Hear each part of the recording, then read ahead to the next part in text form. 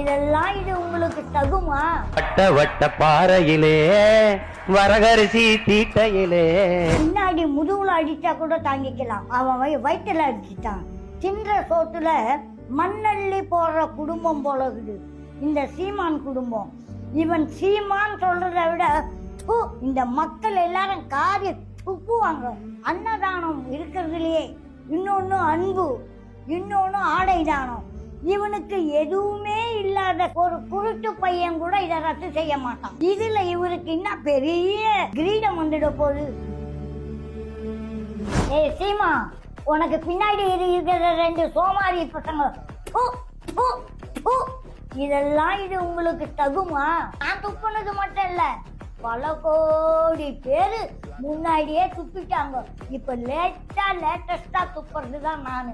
உன் குடும்பத்துல இத மாதிரி நடந்தால் நீ இப்படியாடா நடந்துப்ப முட்டா பயல.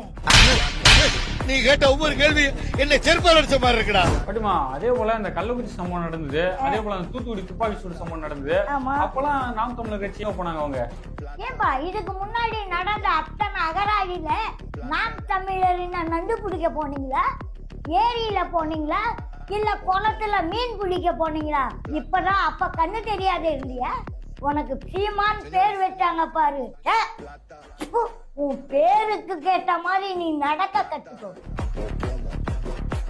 அந்த தலைதான் தளபதி தான். அந்த தலைய உங்களால ஒன்னும் பண்ண முடியாது. எந்த தளபதி சொல்றீங்க? ஸ்டாலின் சொல்றீங்க? ஸ்டாலினியா? கம்முனு இருப்பா நீ ஒண்ணு. அவரும் தளபதி. ஸ்டாலின் எப்படி தளபதி? அது வெறும் பதி. இதுதான் தளபதி விஜய். ஸ்டாலின் தான் நல்லா தளபதி சொல்லுவாங்க. முன்ன கேள்வி கேட்டதும் உனக்கு எதுனா ஸ்டாலின் தளபதி ஆகணும்னு தோணுதா?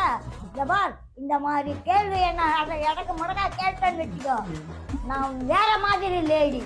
பொம்பளைங்கனா மாடு மயிலு குயில் நினைச்சுக்கிட்டியா? சீமான் சரத்குமார் ஐஸ்வர்யா ராய் கேக்குதான்னா அப்ப இவன் கேட்கறான் போல இருக்குது. ஐஸ்வர்யா ராவிய கேட்கறான்ற அர்த்தம் புரியுதா? அவன் போறான் வரான், அது அவனுடைய சொந்த விஷயம், ஐஸ்வர்யா விஷயம். சரத்குமார் ஐஸ்வர்யா கூட போறதுக்கும் சீமானுக்கும் சம்பந்தம் என்னையா கிடக்குது? சினிமா உலகத்துல பரபரப்பு, சலசலப்பு, குசும்பெல்லாம் சீமானாலதான் வருது போல இருக்குது. ஆமக்கறி சாப்பிடுவோம், பூனைக்கறி, எந்த கறி பிரியா சாப்பிட்டதோ முடிஞ்சு போச்சு. அடிக்கடி அவர் ஆமக்கறி சீமான் சொல்றீங்க. அதே என்ன சாப்பிட்டாருன்னும் போது அடை பெயர் அவங்களுக்கு புனை பெயர் வச்சுக்கலையா? அதுக்காக நாங்க சேர்த்து அந்த